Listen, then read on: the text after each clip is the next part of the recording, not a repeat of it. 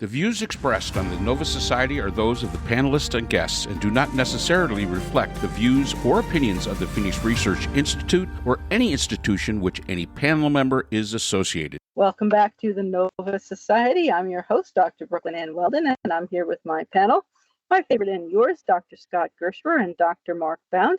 Today we will be answering listener emails, and we have a question from Sean, who lives in Bethpage, New York. Not sure where that is. And Sean asks, Long Island. It is on Long Island. Okay. Thank you. It looks like half the UN delegates walked out in protest on Benjamin Netanyahu's speech at the UN. What do you see as the consequences to Israel? Is this a sign that the rest of the world has abandoned the Israeli state? Many countries have come out recognizing the Palestinian state. Should the people of Israel be concerned? That's an excellent question, Sean. Thank you. So, Mark Scott? Yeah, I mean that it's a tough one for Israel, but look, here's the thing. I don't believe that recognizing a Palestinian state gets Palestine closer to having a state. So paradoxically, it really could bounce back the other way. I just talked in another podcast that we did about not backing Putin into a corner. You don't want to back world leaders into a corner and make them do something that they'd rather not do. And you definitely don't want to do that either with Netanyahu. Netanyahu has really just gone off the rails. I think he's more interested probably at this point in his own survival than in doing what's best for the Israelis. As I said a couple of weeks ago, they need to get the hostages home. They need to end this. They can go about this war in the usual way that they have always done, with sneak attacks and incursions and not this like wholesale just kind of destruction that's going on there.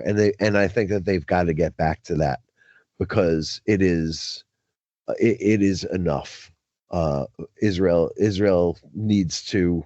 I don't think Israel cares, by the way, one way or another about world opinion. They are going to do what they got to do to keep their people safe and maintain their state. It is the only Jewish state in the world, and they are going to fight like hell to keep it. So I don't think that that's going to change, and I don't think that even the countries that are interested in recognizing a Palestinian state, and I think it's like 18 now out of the 32 NATO countries, I think it's really important that people understand that a Palestinian state is something that needs to be negotiated. It can't be forced. Israel is not going to accept a violent state next to them. They're not going to accept a Hamas-run state next to them. And there's going to be some serious backlash if that happens. There's going to be more violence, not less violence. And so I think it's really important that Israel be given a chance to work this out internally, so that they can reprioritize and get these hostages home and end this war. Again, not making peace with Hamas at all. That will never happen. But to at least back out of Gaza and go after Hamas in the more traditional way that they do, whether it's, popping phones in their pockets or beepers or whatever it was, or, some kind of like covert stuff that they do so well, and no more of this carpet bombing and wholesale destruction. I think that's what has to happen. Yeah. I lost my voice. You lost? Wow. Your wife will be happy to hear that.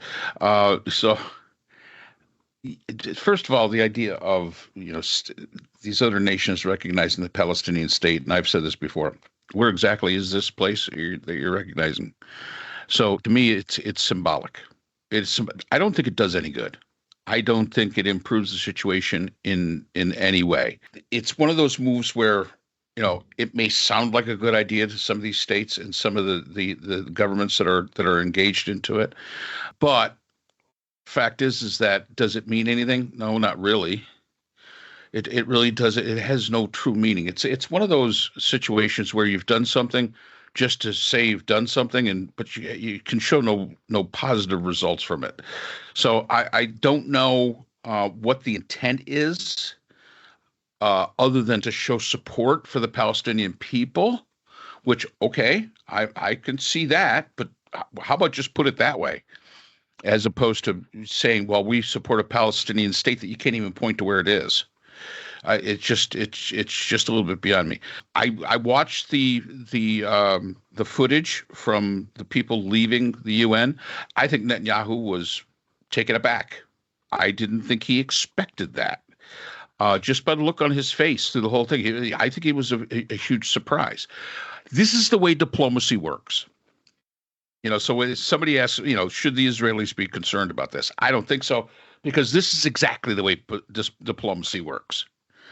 You get up and you walk out the door, and it sends a very clear message. And when you could see the cameras and all these diplomats walking out, that sends a very clear message. I totally agree with Scott that I do not believe that the Israelis give one tinker's damn on what the rest of the world thinks. And under circumstances, they probably shouldn't. And I agree with Scott in the sense that Israel does not want to be next to a state that is hostile to them.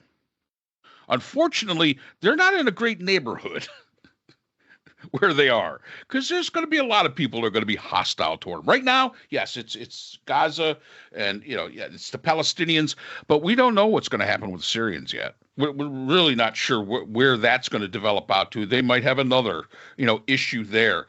We're not sure what happens in Egypt.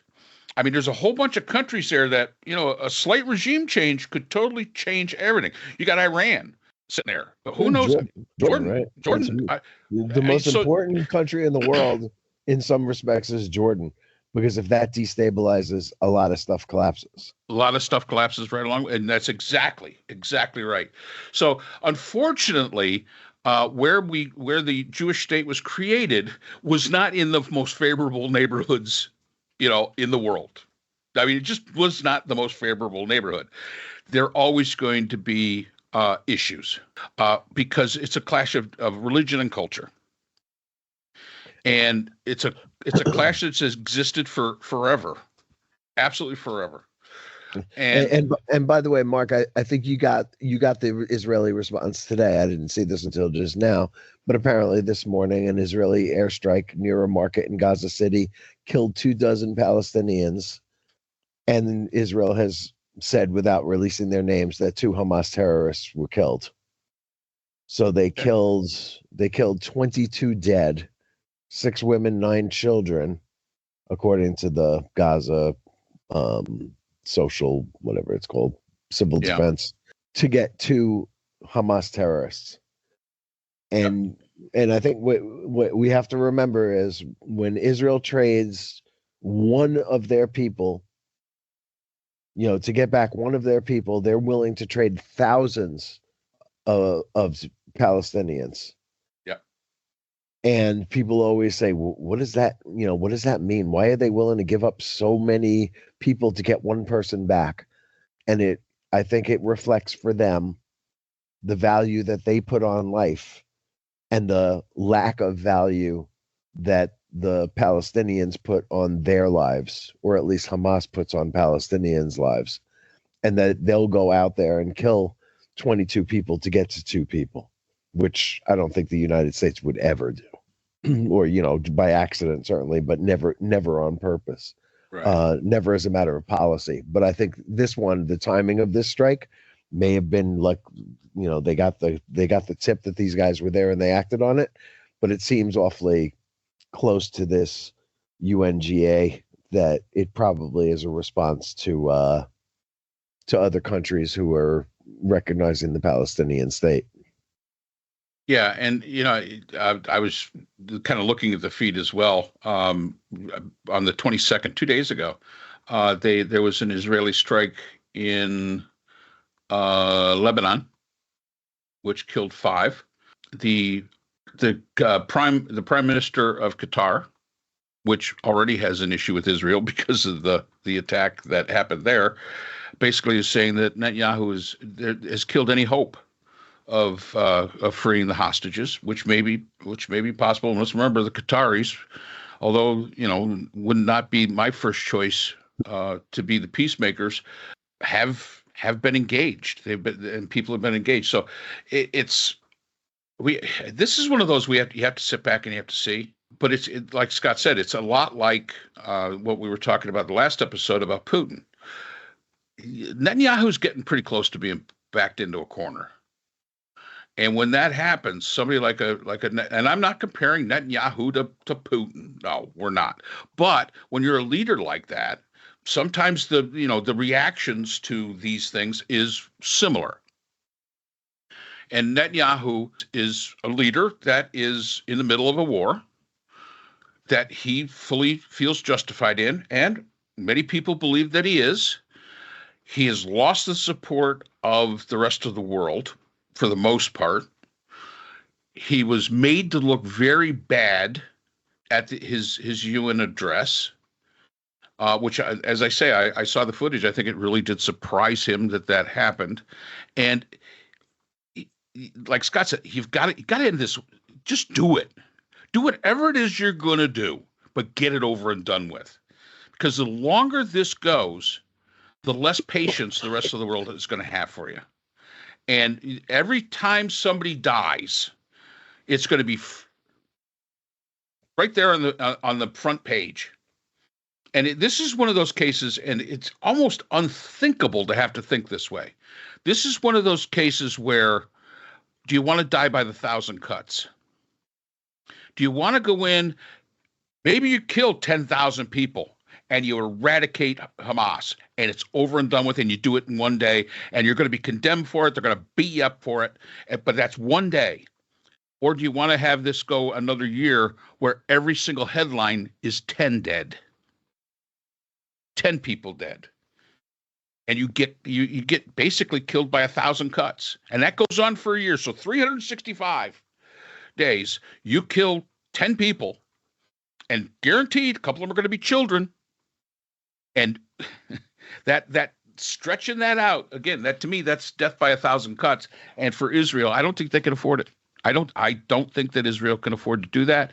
If you're going to do it, just get in there and damn well do it. Get it over and done with. That's what we did unfortunately, what we did in Japan during World War II when we dropped the bombs.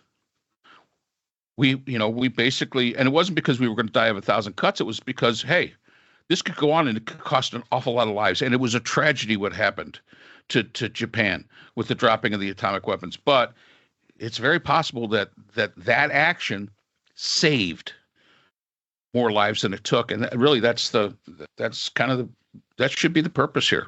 So I guess. Scott, I have one question for you. You said at the beginning of what you were saying that Netanyahu's really gone off the rails. At what point, what was the trigger or the tipping point for that? Can you identify what and when that happened? Yeah, it was the last go round where they turned down a ceasefire. The Israelis turned down a ceasefire that had been worked out between the Qataris, Hamas. Steve Witkoff, I guess, was there, and apparently it wasn't long enough or something. I forget exactly the reason why he turned that down, but they turned that down, and then they started doing more like kicking everybody out of Gaza City, moving whole populations around. That was the point. It's been fairly recently, where I think, and again, I'm not willing to go there with genocide. I don't think that that's the purpose here of Israel is to commit genocide. I think they're committing horrific acts, but that's warfare. Sadly enough, I don't want to downplay it, but I don't think it rises to the point of genocide. That is a very specific intent, which I don't see here. But I think that after he turned down that ceasefire and then said, you need to get out of, I think it was Gaza City, and we're gonna start wiping it out again. These are the kinds of actions that I don't think serve Israel's purpose well, and that they need to again get the hostages out. And if you want to mop up this action by killing every single member of Hamas, I am all for it, but you need to do that in a different way, a more covert way, a less destructive way, and end it in that way. By the way, Syria and Israel are very close, apparently, to a de-escalation pact, right? There's been a bunch of stuff going on. Israeli troops have been pushed into Syria, want to make sure that Syria is not even capable of becoming an aggressor to northern Israel. But I read the other day of a name that I haven't seen in quite some time. ISIS is back in Syria. ISIS is something that the new ruler of Syria has to deal with. If that grows, then it very well may be that Israel, and or the United States needs to go back and help Syria wipe out ISIS in Syria, because I don't know that he's got the ability to do that. And that should be a very interesting twist on this. Yeah, that's something to keep an eye on, because again, Syria just, you got rid of Bashar al-Assad. Okay, great. But there's the ruins of what was left of Syria now has to be rebuilt. And once again, we're really not sure where it all falls. And it makes sense. A terrorist group like ISIS, it finds the weak spot. And that's where the cancer starts. And metastasizes is exactly the right word for it. And that can spread. And that's something that I think something that we'll probably be keeping an eye on. Maybe we'll hear more about it.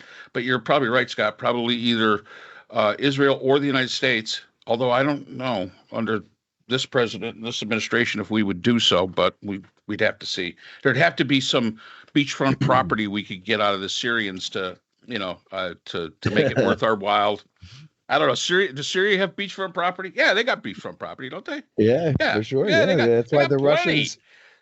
Russians had an interest in there, because they have a port. Yeah, that's right. Maybe there is something. But yeah, look, I mean, one way or another, Netanyahu is not the most popular world leader in the world right now, and I don't think it matters to them. I really don't. They're gonna. Israel has always practiced a particularly rough form of real politics, and I don't see that changing. But I do hope that that he finds his way out of the action that they've been taking over these last few weeks, and somehow come to a table and get their troops out and let peacekeepers come in and deal with this. This is not Israel doesn't fight 3-year wars. Yeah. And we're going to be coming up, right? It was 2023, October 2023 to October 20. Yep. October, yeah. This is too long. Israel fights 5-month wars, 6-month wars, 6-day wars, 12-day wars. A week or two. Yeah. Don't take them that long. Right. It's very unusual to see this kind of sustained action. And I know that, that attack was horrific, and I have no sympathy for Hamas at all. I have not much more sympathy, honestly, for the people of Gaza, who I saw on video cheering the terrorists along and participating in the mutilation of dead bodies or wounded people. So I'm not, I'm not real squishy about this one. I got to be honest with you, but I don't think that this is helpful anymore, and I don't think this is the way that Israel needs to fight this war at this point. And I hope they change that. And hopefully we answered that question in a roundabout way. But we had a good conversation about all of it, so it's good. Always good. Yes. Good to talk. Good for yes, talk. It is. Yes, it is. And it's good to have all these questions. So thank you. Thank you, Sean. We appreciate your question, and we appreciate having you as a listener. And we appreciate all our listeners. So if you are not yet subscribed on the platform of your choice, please do so. Subscribing is free. And we look forward to seeing you again next time on the Nova Society.